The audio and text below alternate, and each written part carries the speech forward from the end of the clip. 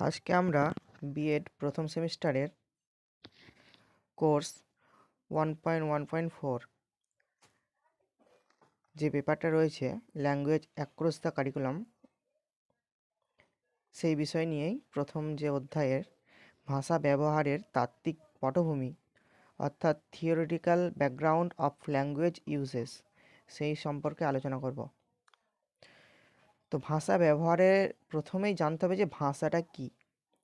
ভাষা কি আমরা সবাই জানি, ভাষা হলো মানুষের পারস্পরিক ভাব বিনিময়ের সেতু, যেটি কি মানুষ অর্জন করে। অর্থাৎ ভাষা হলো যোগাযোগের একটি জটিল পদ্ধতি যেটা মানুষ অ্যাকোয়ার করে, এবং সেই ভাষা কিন্তু মানুষের ক্ষমতা বহন করে।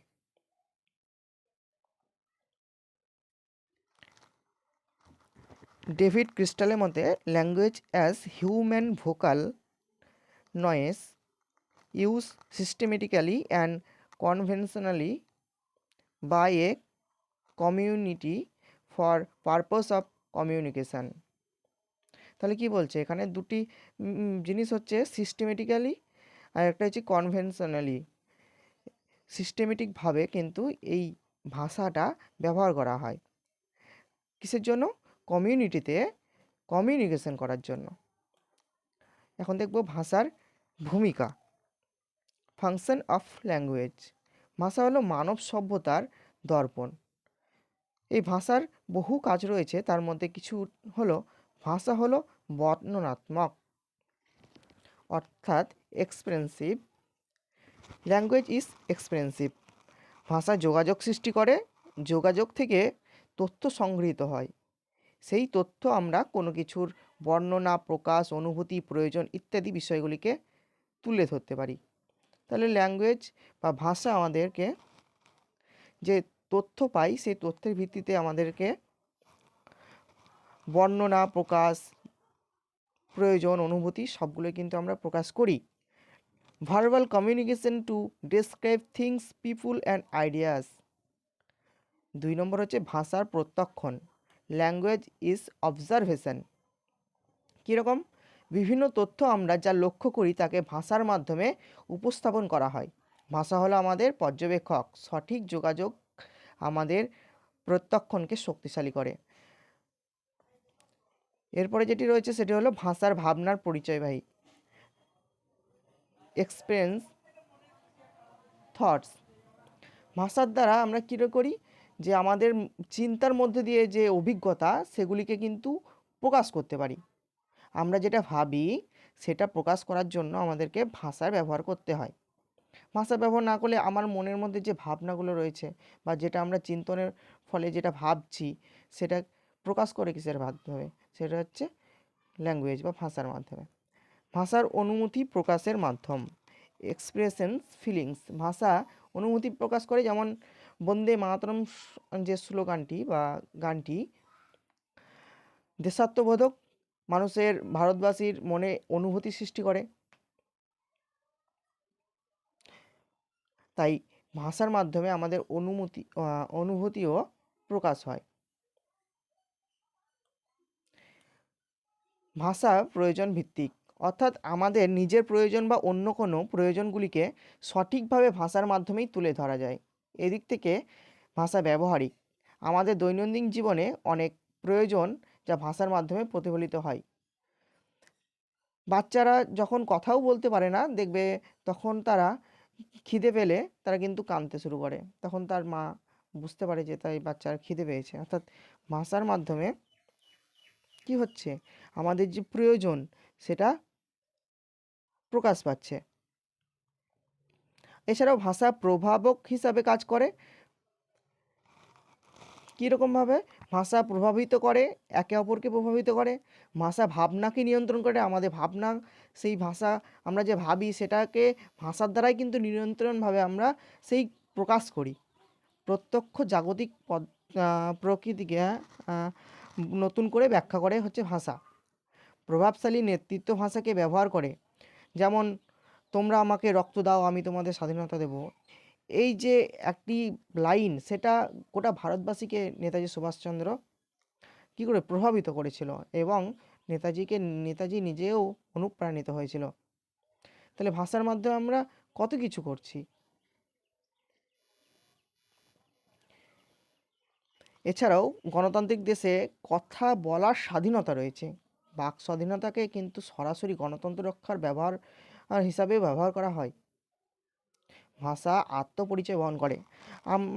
আর দেখো, যখন বাংলাদেশ ভাগ হয়নি তখন পাকিস্তানের সঙ্গে যুক্তভাবে ছিল, এবং তাদের যে বাংলা ভাষা, সেই বাংলা ভাষাকে কেন্দ্র করে কিন্তু বাংলাদেশ গঠিত হয়েছিল। তাহলে ভাষা আত্মপরিচয় অর্থাৎ আইডেন্টিটিকেও কিন্তু বহন করে, প্রকাশ করে। ভাষা হলো ব্যক্তিত্বের মানদণ্ড। ভাষা আত্মনিয়ন্ত্রক ও দক্ষতা মাপতে সাহায্য করে। প্রথম হচ্ছে ভাষা ব্যক্তিত্বের মানদণ্ড, অর্থাৎ আমরা যে ল্যাঙ্গুয়েজ ইউজ করি সেই ধরনেই মানুষের সেই ব্যক্তিত্বকে প্রকাশ করে। আমরা যদি ভুলভাল কথা বলে বেড়াই, যেখানে যে কথা বলা উচিত নয়, শব্দকে ব্রহ্ম বলা হয়, শব্দকে ব্রহ্ম বলা হয়।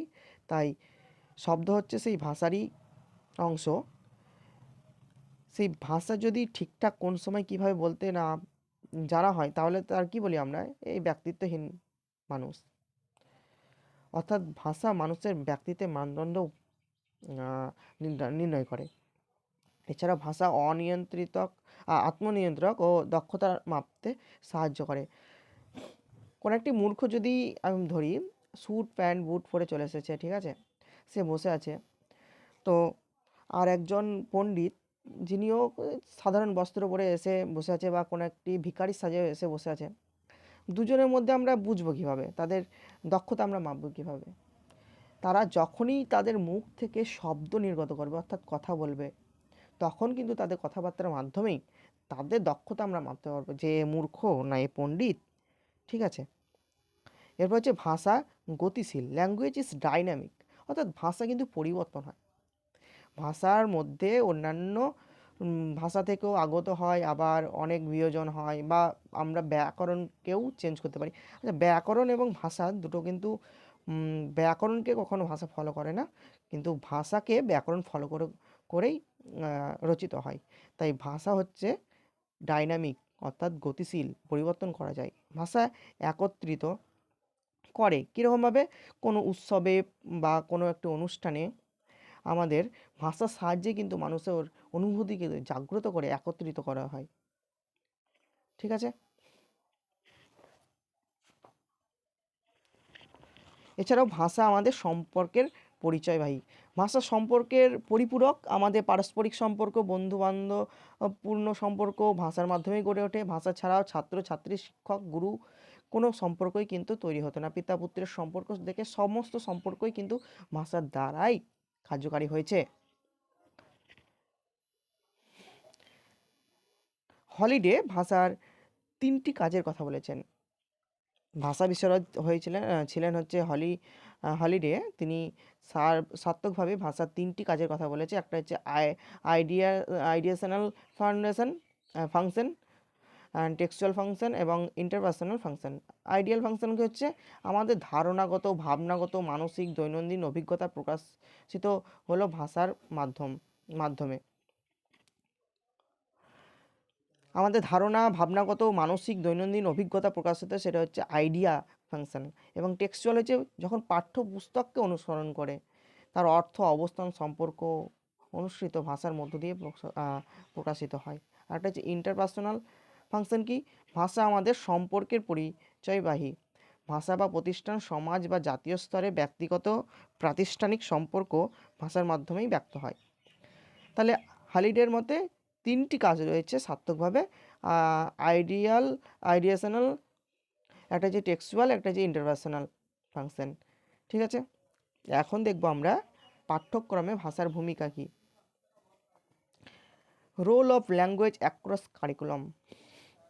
প্রথম হচ্ছে রোল অফ ল্যাঙ্গুয়েজ, অর্থাৎ হচ্ছে ভাষার ভূমিকা এবং অ্যাক্রস দ্য কারিকুলাম, অর্থাৎ পাঠ্যক্রম মারফত বা পাঠ্যক্রমের মাধ্যমে আমাদের পৃথিবীতে যত কিছুই কিন্তু আবিষ্কৃত, উন্নত যেগুলো হয়েছে, তার মূল যে ভিত্তি সেটা হচ্ছে ল্যাঙ্গুয়েজ, অর্থাৎ ভাষা এবং তার পাঠ্যক্রম। কিভাবে? দেখো, এখানে একটি ছকের মধ্যে আমি তুলে ধরেছি পাঠ্যক্রমের সাহায্যে আমাদের কী নির্ধারণ করা হয়। পাঠ্যক্রমের মূল উদ্দেশ্যই হলো আমাদের জ্ঞানের বিকাশ করা, বোধের বিকাশ করা, দক্ষতা বিকাশ করা, চিন্তনে বিকাশ করা এবং মানসিক বিকাশ করা। তাহলে জ্ঞান, বোধ, প্রয়োগ, দক্ষতা, চিন্তন, মানসিক সমস্ত কিছুর বিকাশ সাধনই হচ্ছে পাঠ্যক্রমের মূল উদ্দেশ্য। এই পাঠ্যক্রম, এবার পাঠ্যক্রম তো আমার শুধুমাত্র ভাষার হতে পারে না, ভাষা হতে পারে, বিজ্ঞানের হতে পারে, সমস্ত কিছুর হতে পারে। তো এই পাঠ্যক্রমের যে পদ্ধতি, অর্থাৎ কার মাধ্যমেই পাঠ্যক্রমটি রচিত করা হয় এবং সেই শিক্ষাদান করা হয়, তার জন্য দরকার হচ্ছে ভাষা। অর্থাৎ ভাষা হচ্ছে যোগাযোগ মাধ্যম। ঠিক আছে? তাহলে আমরা যদি শেষের দিকে দেখি, ভাষা হচ্ছে মাধ্যম। সেই মাধ্যমের সাহায্যে কী করা হয়? যোগাযোগ করা হয় কাদের সাথে? স্টুডেন্টদের সাথে বা টিচার্সদের সাথে বা সামাজিক জনগণের সাথে। ঠিক আছে? যোগাযোগ করা হয়। সেই যোগাযোগের ভিত্তিতে আমাদের কী করা হয়? পাঠ্যক্রমের যে জ্ঞানের বিকাশ, বোধ, দক্ষতা, চিন্তন, এই যে উন্নতির যে পাঠ্যক্রম, সেগুলিকে আমাদের জ্ঞানদান করা হয়, যাতে সেই বিষয়ে পেতে পারে।